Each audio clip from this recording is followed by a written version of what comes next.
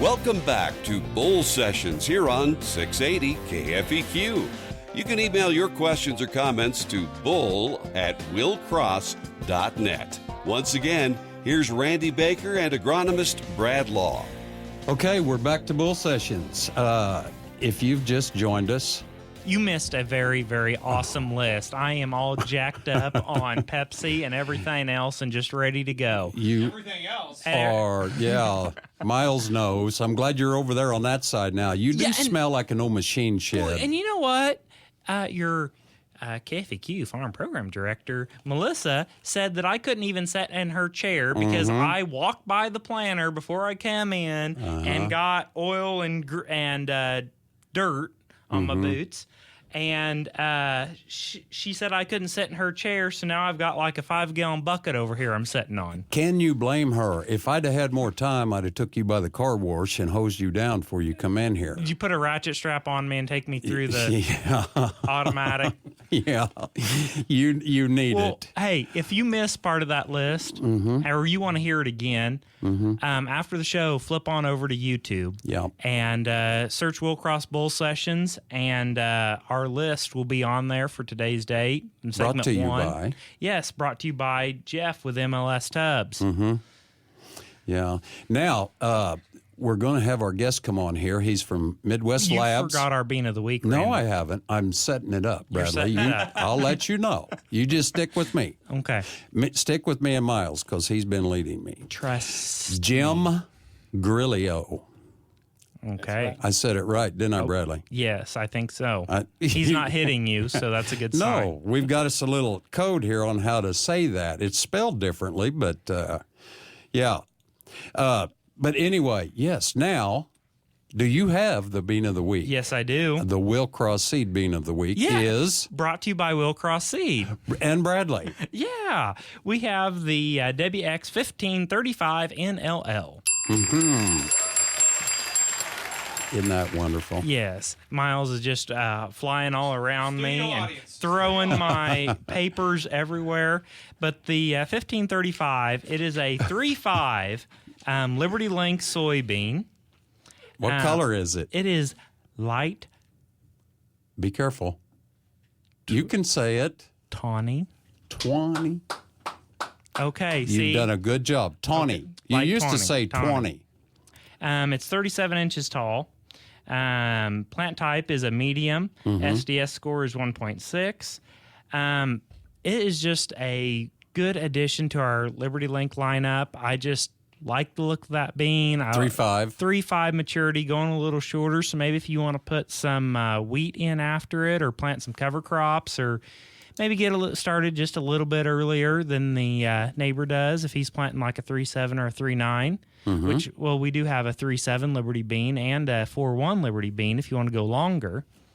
Because, you know, them weeds could be giving you trouble. And Liberty is effective on tall water hemp that has emerged. Yeah. You just run that 20 gallon of water per acre and get good coverage and spray when the bank's open and the sun's shining, and you're going to fry some water hemp. And the 20 gallons is so important. And like you said, banker's hours. Banker's hours That's and the sun your shining. secret. Yep, that works. That works.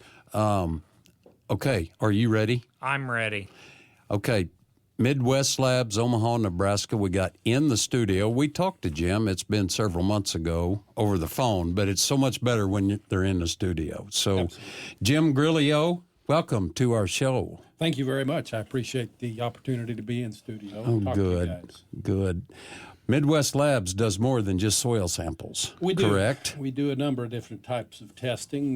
This time of year especially, we are getting into plant tissue testing. And so our clientele will be out in the fields during this time of early corn growing and beans as well, and they're going to be pulling plant tissue samples. And it's a good diagnostic tool to go along with your soil testing. Right.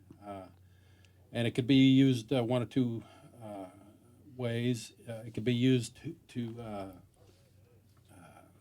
tweak your recommendations for the next year, your fertility recommendations, or if you get them pulled early enough, you may be able to put on some fertilizer in season. Do a little top dress. Absolutely. So Sure. we do a lot of that for our clients this time of year, into the midsummer. That's cool. We did a cool deal. It was in 2016. I have a bunch of the Agrigold corn plots at my house, and they wanted to do every few weeks. They pulled a leaf sample and sent to you guys, and they compared like a family F versus a family H and a family B, just to see how each one responded differently, or if there was a difference. And I mean, they pulled 1, 2, 3. Did you 4, lose track? 5. Well, Miles shuffled my papers 5 different times during the growing season, which is kind of the max, but it was kind of neat to see, and we could watch those samples all through the season. And, it kind of gave me a snapshot of what's going on inside the plant. Is all Absolutely. that stuff that I put out there, are things getting tied up and not getting in, or what's going on? Is the plant happy? We said this is what we sampled on the soil test, but what's the plant saying? Absolutely. And like I said, very good diagnostic tool. One thing I will say, and I always caution folks, is that it is a snapshot of what's going on in that plant right now. So you have to be cognizant of the health of that plant. And for instance, if you get into a spell of hot temperatures, where that plant may shut down in the heat of the afternoon, you can see some different readings in that plant sample. The analysis, if that sample was pulled, let's say 10 o'clock in the morning versus 3 o'clock in the afternoon, or perhaps there is a disease issue or an insect problem out there that you're not aware of, and you pull a plant tissue sample, and it tells you that you're short of, let's say, phosphorus. It may not be the issue exactly. You may have another problem going on out there in the field. So, Well, and that's, when we get later into the season, it's always the phone call is, hey, this stuff don't look right. What's going on? We come look at my beans or come look at my corn, and we're trying to decide, is there a soil problem? If it's in the soil, is it a nutrient deal? Is it a lack of water? Is it too much water? Is it a pest issue? Is it, weather related? Like, last year it was cool and wet after planting, and people said, this corn just don't look too good. And we go out there and look at it and said, you guys have done everything. We just need a week of warm weather and it'll perk right back up. Let's not get excited yet. And, well, weather changed, perked back up, and they were planting beans and said, how'd that corn look? Oh, it looks great. Yep. And moved on. that's right. But we're just trying to figure out what's going on and, what's going on with this. Because on that plant analysis, we're looking at nitrogen, we're looking at phosphorus, we're looking at potassium, magnesium, calcium, sulfur, sodium, iron, manganese, boron, copper, and zinc.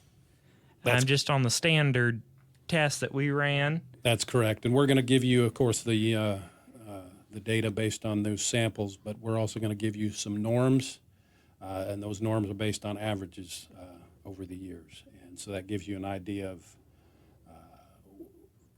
where those levels should be, And normally should be. when I first started pulling some plant samples, we were taking some smaller plants in, and I may have had a little, like my outfit here today has a little dirt on it.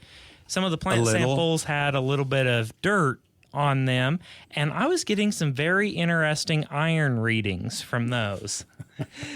And, I've seen other people post on that forum said, man, my iron reading is just so high. Why is that? Well, if you have a little plant and it's raining and splashing up on there, that can tweak your analysis, so you've got to give them a good sample. Yeah. Doesn't matter what kind of type of sample you're taking. that analysis is only as good as the sample tank is. So yeah, you want to be careful with that. So just like a soil sample, you don't just pull it all in one little circle. You've got to get walk in a zigzaggedy pattern across the field to get your plant tissue so it's representative of what's out there. If this is a sweet spot, you might pull a sample from there and say, this is my sweet spot that we like to watch on the yield monitor, and we take pictures of that and post it on the internet because it's doing really good. Now over here, where it's not doing so good, we want to pull its own sample and see what's going on there and try to figure out, why is that different? How can we bring this other spot up versus the other one? Absolutely. Always representative of the area you are wanting the sample taken. All right. I guess one other thing I might mention while we're talking about that is, now I just lost my train of thought. I apologize. Well, see, and when that happens Bradley to makes me nervous, Randy too. makes fun of me on that. So, I'm all in the zone, and then Randy will say something, be making fun of me because... No, I don't. Yes, you do. I don't Go make back on fun of YouTube you. and see our prior episodes, and Randy's mean to me. I'm trying to do better. I know there's a lot of hope for you yet. I know what I was going to mention. If we have time, talk about what part of the plant to sample corn and soybeans. we may need that to would hold be that a good thought. thing to start with. Yeah, when we get back. we will start here. When we have to take another commercial break. When we come back, Lady in Ag, Focus on the Farmer, more with Jim. So please stay with us here on 680 KFEQ.